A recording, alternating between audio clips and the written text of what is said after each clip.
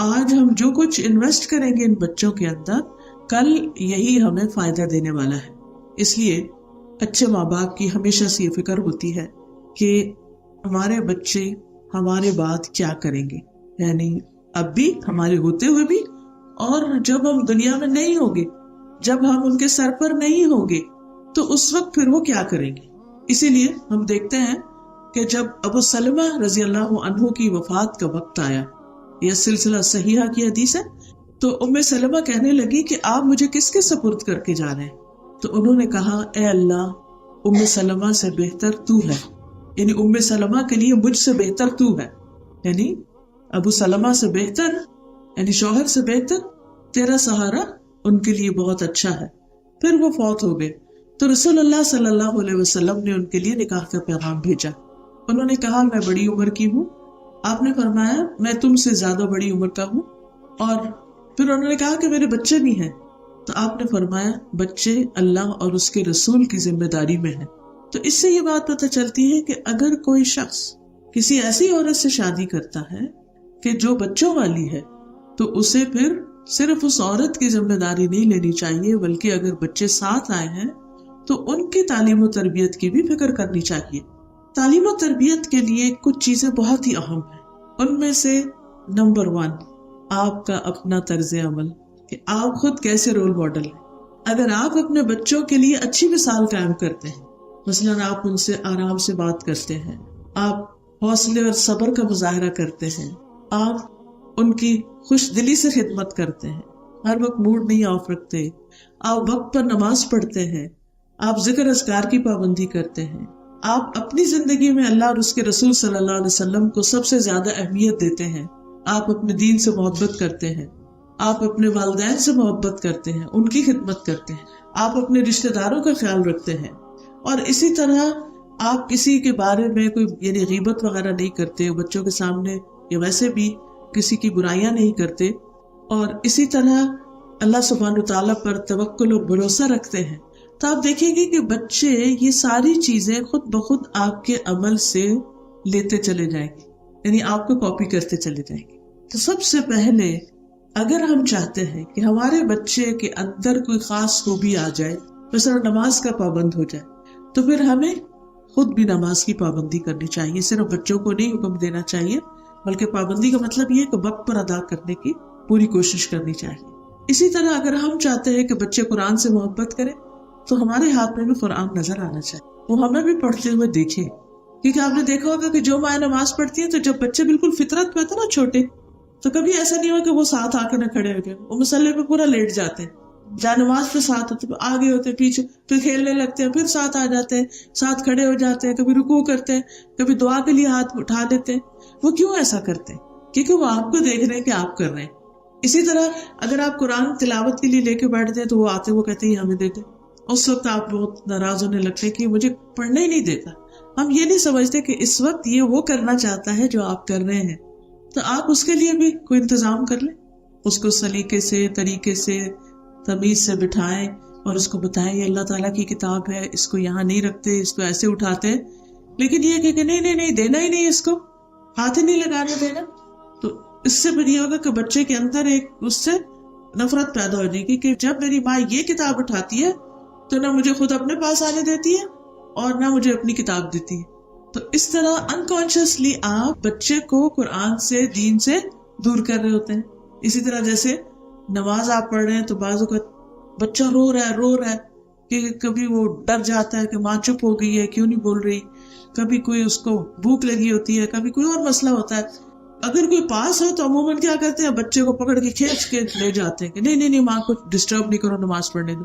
نہیں، ہمارے دین نے ہمیں اس بات کی اجازت دی ہے کہ ہم نماز کی حالت میں بچے کو اٹھا کے ایک ہاتھ میں بچے کو لے لیں اور دوسرے کے ساتھ دوسرا ہاتھ اس طرح رکھ کے نماز پڑھتے جائیں. اگر وہ کندھے پہ لگا ہوا ہے تب بھی نبی صلی اللہ علیہ وسلم نماز پڑھا رہے تھے اور حضرت امامہ جو حضرت زینب کی بیٹی تھی وہ آپ کے کندھے پر بیٹھی ہوئی تھی، اور جب آپ رکوع سجدہ میں جاتے اس کو اتار دیتے تھے اور پھر وہ اوپر آ جاتے. اسی طرح حضرت حسن حسین رضی اللہ عنہ کے بارے میں آتا ہے کہ نبی صلی اللہ علیہ وسلم جب نماز پڑھاتے تھے تو بعض اوقات وہ سجدے میں آپ کے اوپر بیٹھ جاتے تھے جیسے بچوں کی عادت ہوتی ہے، ان کو بہت ہی اچھا لگتا ہے.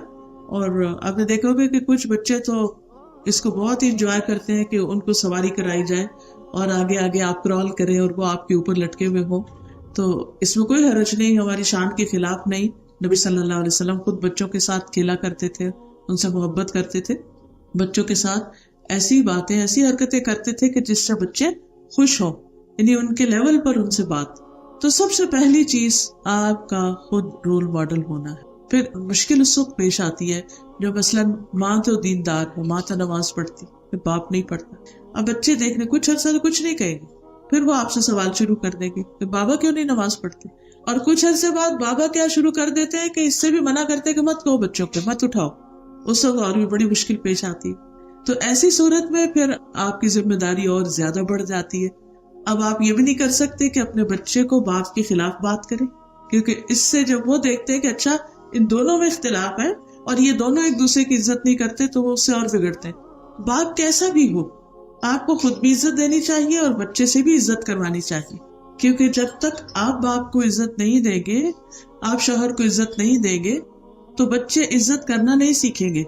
پھر اسی طرح یہ ہے کہ اگر وہ نہیں نماز پڑھتے تو آپ بچوں کو کہیں نہیں انشاءاللہ وہ بھی پڑھیں گے.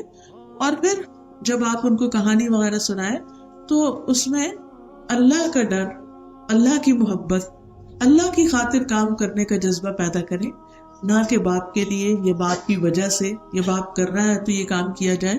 اور اگر باپ روکتا بھی ہے مثلاً کسی وجہ سے تو بھی صبر اور حوصلے سے کام لے، اور بچوں کی تربیت سے غافل نہ ہو یہ سوچ کے کہ باپ کی بھی تو ذمہ داری اگر وہ پوری نہیں کر رہا سو وٹ، میں ہی کیوں سارے پینز لوں. نہیں، کسی کو تو کرنا ہی ہے. اور باپ کی نسبت بچے ماں کے زیادہ قریب ہوتے ہیں، ماں کے ساتھ زیادہ وقت گزارتے ہیں. دوسری چیز، بچے کو اچھا ماحول فراہم کرنا، اچھی کمپنی، اچھے دوست، اچھی جگہوں پر لے کر جانا. کیونکہ جب بچے اچھے ماحول میں ہوتے ہیں تو پھر وہ اس ماحول سے بہت کچھ سیکھتے ہیں. اب دیکھیے کہ ابراہیم علیہ السلام نے خانہ کعبہ کی تعمیر کی تھی اور حضرت اسماعیل علیہ السلام کو، حضرت ہاجرہ کو وہاں لا بسایا تھا.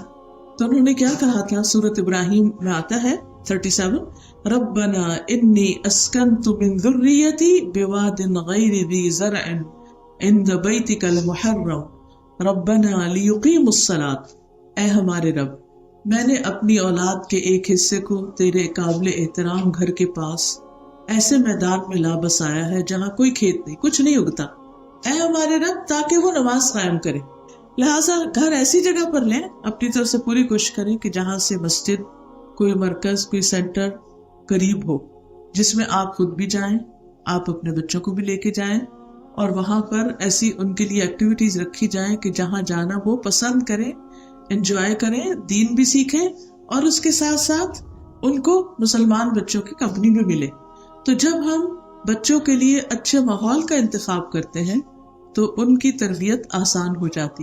اور اگر آپ ہر وقت ان کو صرف مال میں لے کے جا رہے ہیں، ٹوائز آر اس سے جا رہے ہیں، ادھر ادھر گھوم پھر رہے ہیں، تو پھر ان کی دلچسپی، ان کا شوق اور ان کی خواہش صرف یہی ہوگی کہ ہم فن والی جگہوں پر گھومتے پھرتے رہیں. ٹھیک ہے، ٹو سم ایکسٹینٹ بچوں کی زندگی میں حلال جائز فن بھی ہونا چاہیے، لیکن اس کا یہ مطلب نہیں کہ سارا وقت انسان صرف ایسی ہی چیزوں کی طرف رہے.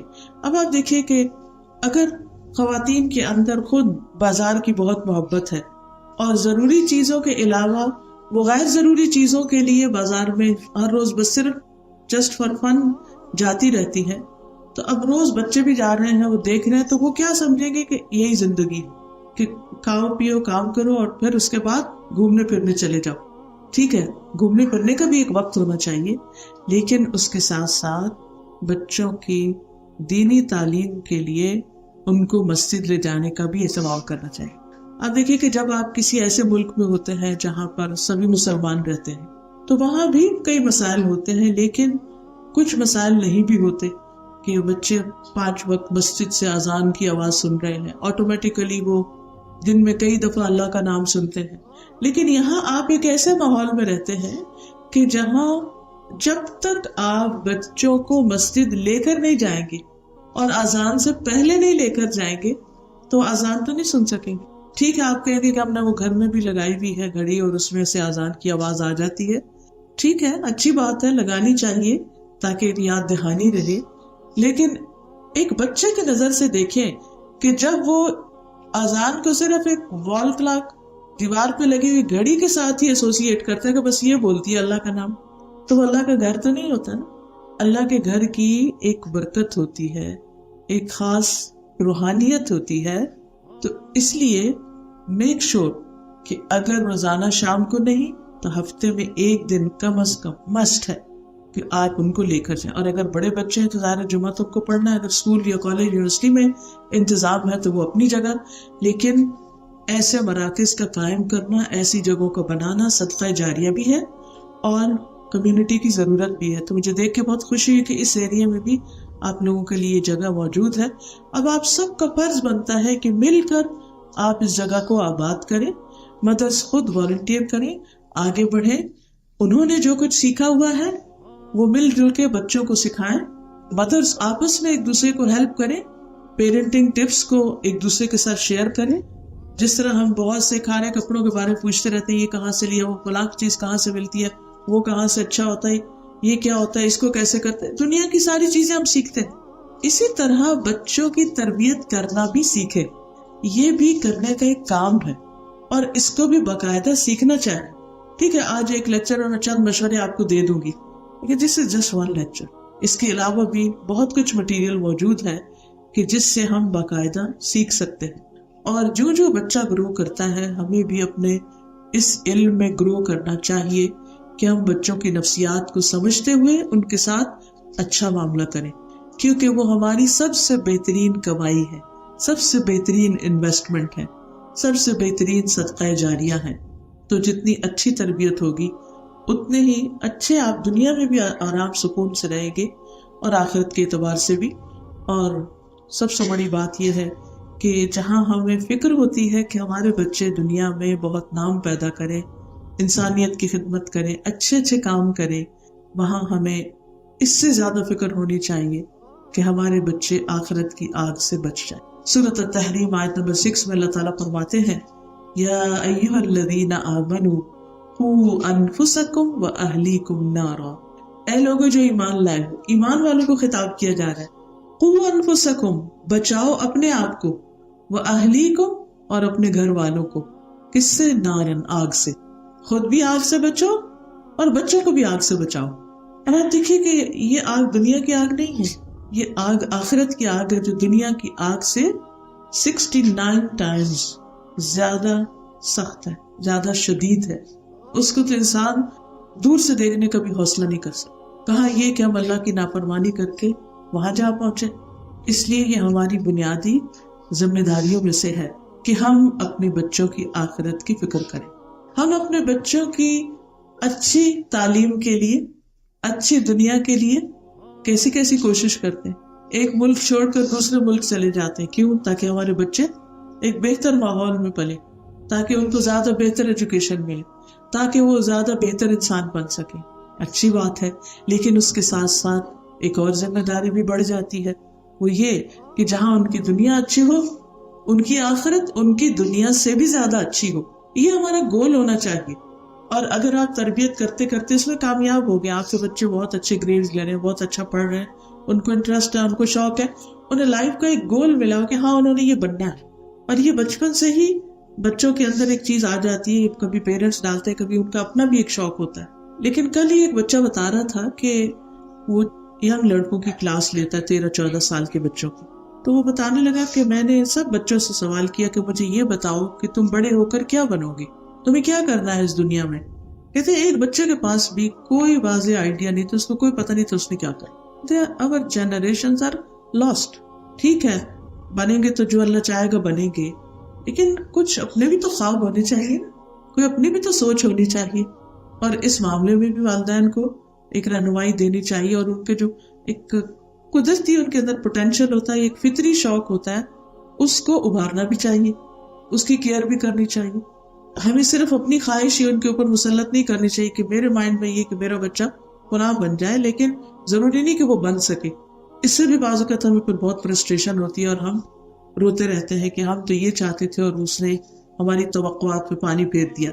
بہرحال اس وقت تو میں آپ سے یہ بات کروں گی کہ ہم بچوں کے ساتھ کس طرح معاملہ کریں کہ وہ اچھے ہیومن بینگز، اچھے مسلمان اور کامیاب انسان بن سکیں۔ سب سے پہلی چیز، پہلی کوالٹی جو ہمیں اپنے اندر پیدا کرنی ہے بچوں کے لیے، وہ ہے رحمت، محبت اور ہمدردی کا معاملہ۔ وہ ہمیں جتنا بھی ستائیں، ہمارے اندر سے ان کے لیے رحمت کا جذبہ نہیں جانا چاہیے۔ اللہ سبحانہ تعالیٰ مہربان ہے، لیکن اللہ سبحانہ تعالیٰ نے ماں کے اندر بھی ایک خاص قسم کی رحمت ڈالی، یعنی قدرتی طور پر ان بلٹ ہے ہمارے اندر کہ ہمیں اپنے بچوں سے پیار ہوتا ہے، ہم کیئر کرتے ہیں، ہم ان کا دکھ درد دیکھ نہیں سکتے، ان کی تکلیف دیکھ نہیں سکتے۔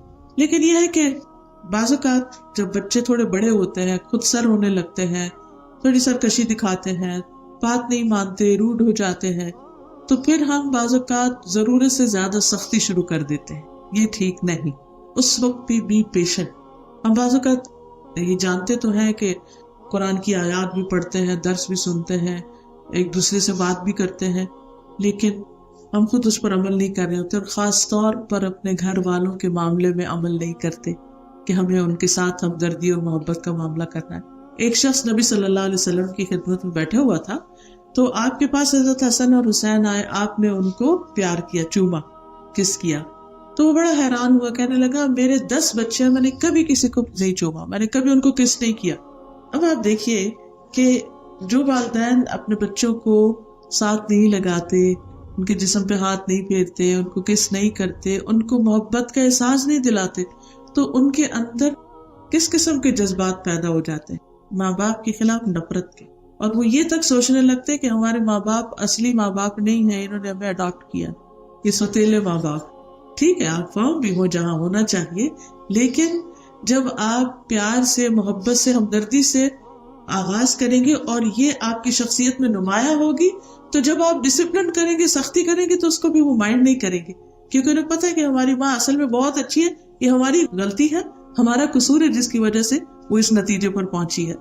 نبی صلی اللہ علیہ وسلم نے یہ بھی فرمایا، تم اس وقت تک مومن نہیں ہو سکتے جب تک آپس میں رحم نہ کرو۔ اور یہ آپس میں رحم صرف سوسائٹی کے لیول پر نہیں، گھر کے اندر اپنے بچوں کے لیے بھی۔ صحابہ نے کہا اللہ کے رسول صلی اللہ علیہ وسلم ہم سب رحم کرنے والے ہیں۔ آپ نے فرمایا میرا مطلب یہ نہیں کہ اپنے ساتھی کے حق میں رحم دل بن جاؤ، بلکہ تمام لوگوں کے لیے رحم دل بنو۔ تو اس سے یہ پتہ چلتا ہے کہ بچے اپنے ہوں یا دوسروں کے ہوں، ہم سب کے لیے ہی ہمدردی رکھتے ہوں، سب کے لیے مہربان ہوں۔ ویسے بعض اوقات ایسا بھی ہوتا ہے کہ اسکول میں یا اسلامک اسکول ہے یا اسلامک سینٹرز وغیرہ میں جیسے قرآن کی کلاسز ہوتی ہیں یا اسلامک اسٹڈیز کی کوئی کلاسز ہوتی ہیں، تو بعض اوقات ہم چونکہ ٹرین ٹیچر نہیں ہوتے تو ہمیں بچوں کو صحیح ڈسپلن کرنا نہیں آتا۔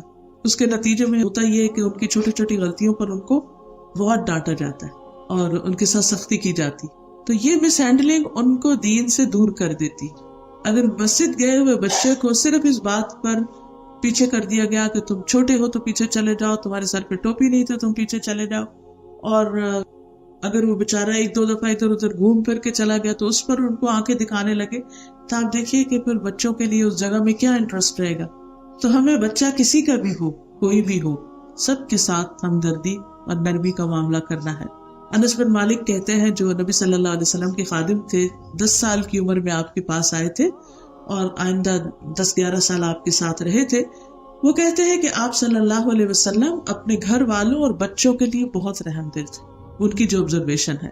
اور پھر ہم دیکھتے ہیں کہ آپ صلی اللہ علیہ وسلم یہ بھی فرمایا، اللہ تعالیٰ جس گھرانے کے ساتھ خیر کا ارادہ کرتا ہے ان کے اندر آپس میں نرمی پیدا کرتا ہے۔ یعنی یہ اللہ کا بہت بڑا فضل ہوتا ہے کہ کسی گھر کے رہنے والے ایک دوسرے کے لیے، یعنی ماں باپ بچوں کے لیے، بچے ماں باپ کے لیے، اور آپس میں بہن بھائی ایک دوسرے کے لیے ہمدرد ہوں، ایک دوسرے کی رسپیکٹ کرتے ہوں۔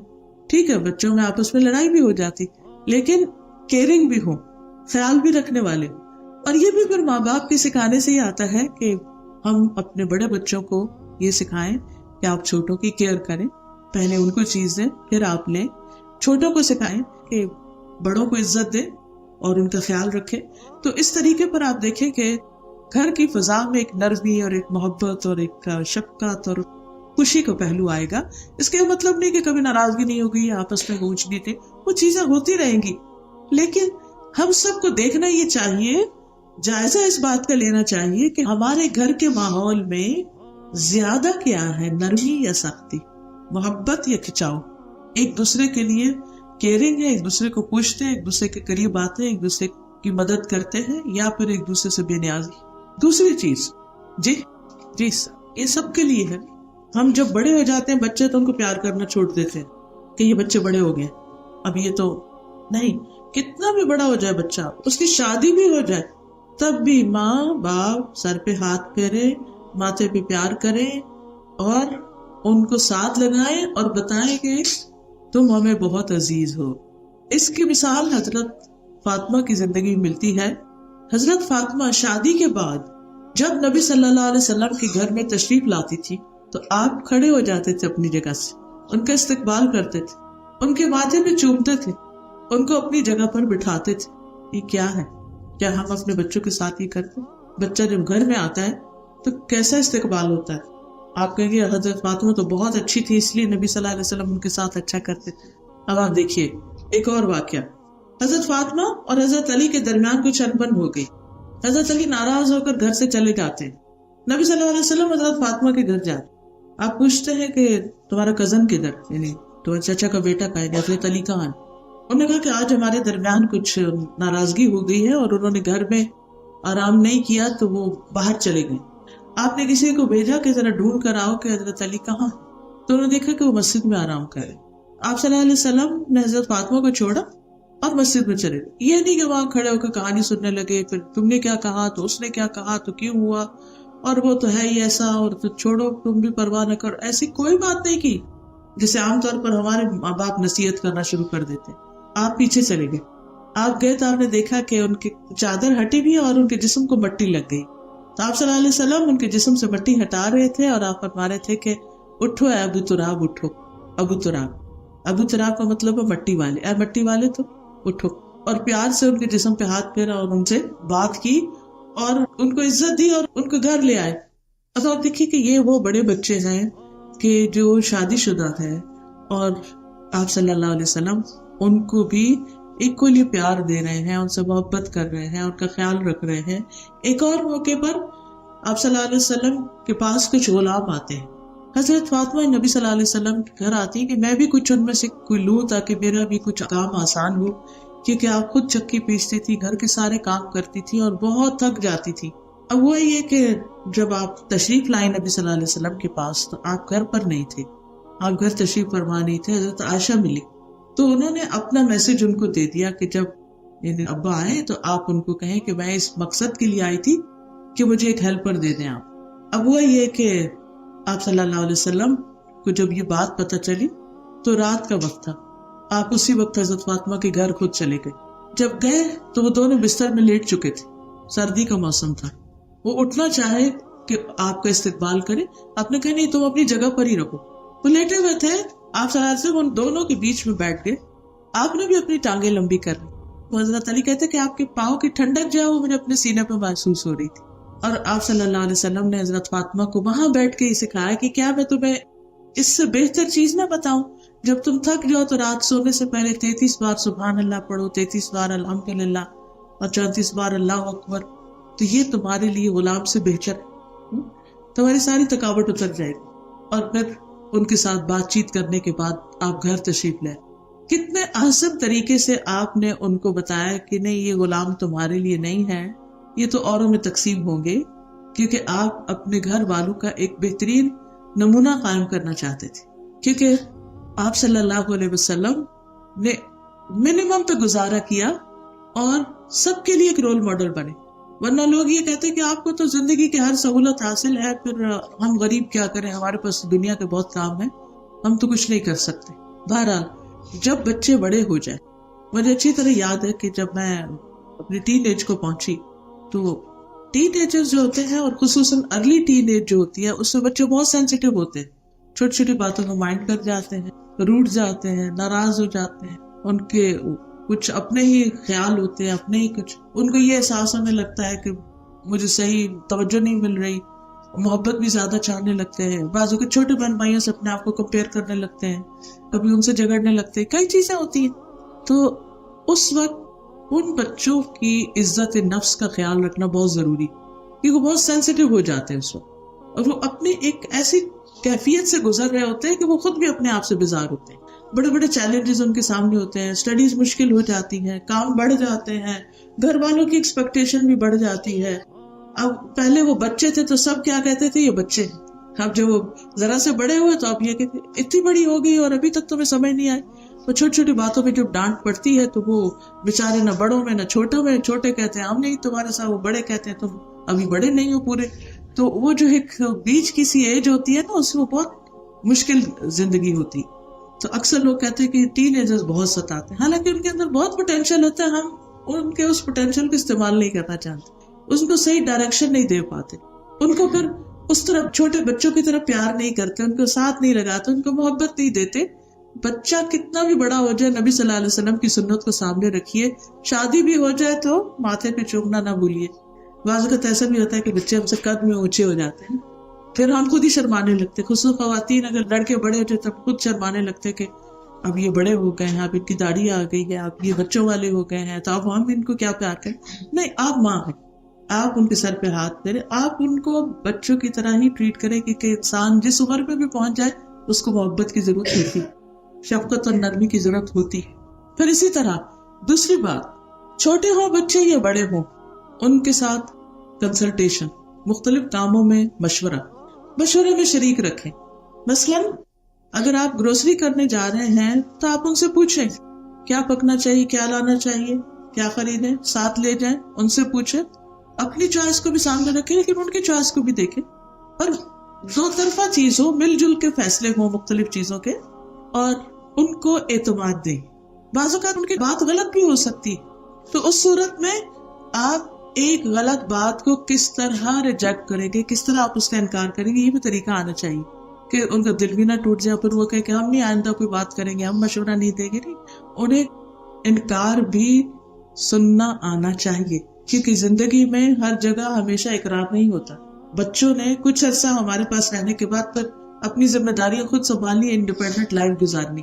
ان کو فیصلے کرنے آنے چاہیے، اور فیصلہ کرنے کے لیے، کسی بھی معاملے میں ڈیسیژن لینے کے لیے بیسٹ طریقہ یہ ہوتا ہے کہ انسان اس سے متعلق جتنے بھی لوگ ہوں ان سے مشورہ کرے.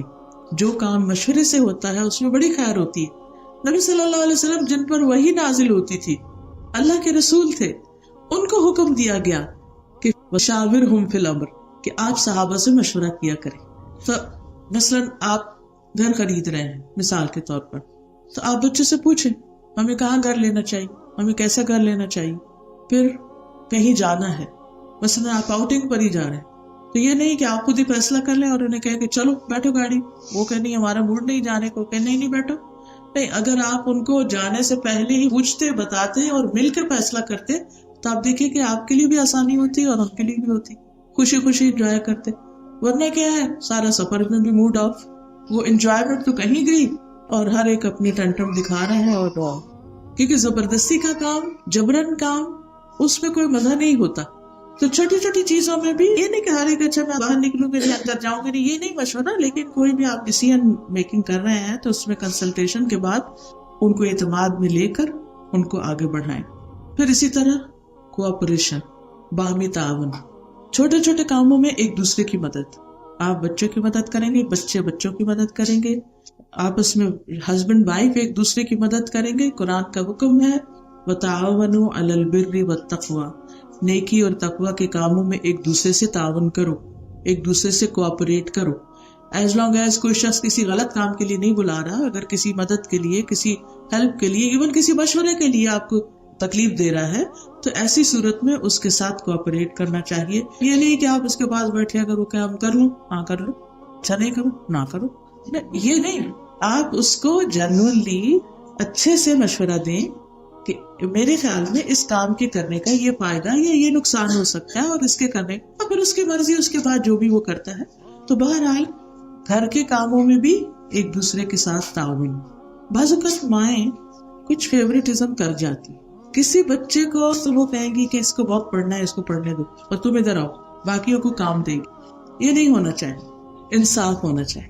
نبی صلی اللہ علیہ وسلم نے فرمایا سووا بین اولادکم بالعطیہ، کچھ دینے کے معاملے میں، عطیہ گفٹ وغیرہ دینے کے معاملے میں بھی اولاد کے درمیان مساوات برتو، برابری کرو. ٹھیک ہے. اب اس کا یہ مطلب نہیں ہوتا کہ ایک وقت میں سارے ہی کام کرے، چاہے ان کا کام ہے یا نہیں، وہ سب کھڑے ہو جائیں اپنی جگہ سے. نہیں، ٹائم مقرر ہو سکتے ہیں. ایک بچہ اس وقت کام یہ کرے گا، دوسرا اس وقت کرے گا، تیسرا اس وقت، چوتھا اس وقت. ہر ایک کے حالات کے مطابق ان کے اوپر ذمہ داریوں کی تقسیم ہونی چاہیے. کون کچن کے کام میں ہیلپ کرے گا، کون لانڈری کے لیے ہیلپ کرے گا، کون کلینک کے وقت ہیلپ کرے گا، کون گروسری میں ہیلپ کرے گا، کون کہاں کرے گا. ہر بچے کا اگر ایک سے زائد بچے تو ہر ایک کی اپنی اپنی ذمہ داری ہونی چاہیے اور خوشی سے ایک دوسرے کے ساتھ تعاون کرنا چاہیے. اسود کہتے ہیں کہ میں نے حضرت عائشہ سے پوچھا نبی صلی اللہ علیہ وسلم گھر میں کیا کیا کرتے تھے؟ تو آپ نے فرمایا آپ گھر کے کام کار میں مصروف رہتے تھے اور جب نماز کا وقت آتا تو نماز کے لیے کھڑے ہو جاتے. تو اس سے کیا پتہ چلتا ہے؟ نبی صلی اللہ علیہ وسلم اللہ کے رسول وہ گھر کے کاموں میں خواتین سے تعاون کر رہے ہیں، ان کی مدد کر رہے ہیں. کیا آپ کے باہر کوئی کام نہیں تھے؟ اس لیے اگر کوئی کہے بھی صرف کوئی مثلا ہسبینڈ جاب لیس ہے تو سارے وقت اس کو تانے دیتا رہے کہ تم ایسے گھر میں بیٹھے ہو تو چلو تم گھر کے غلام بن جاؤ اور کام کرو، یہ نہیں طریقہ ہوتا. اور ہسبینڈ کے لیے بھی یہ نہیں کہ چونکہ میں باہر کام کر کے آیا ہوں تو اس لیے اگر گھر میں کوئی کسی وقت کوئی چیز اٹھانی رکھنی کچھ ہے اس میں وہ کہ میرا اس سے کوئی تعلق نہیں.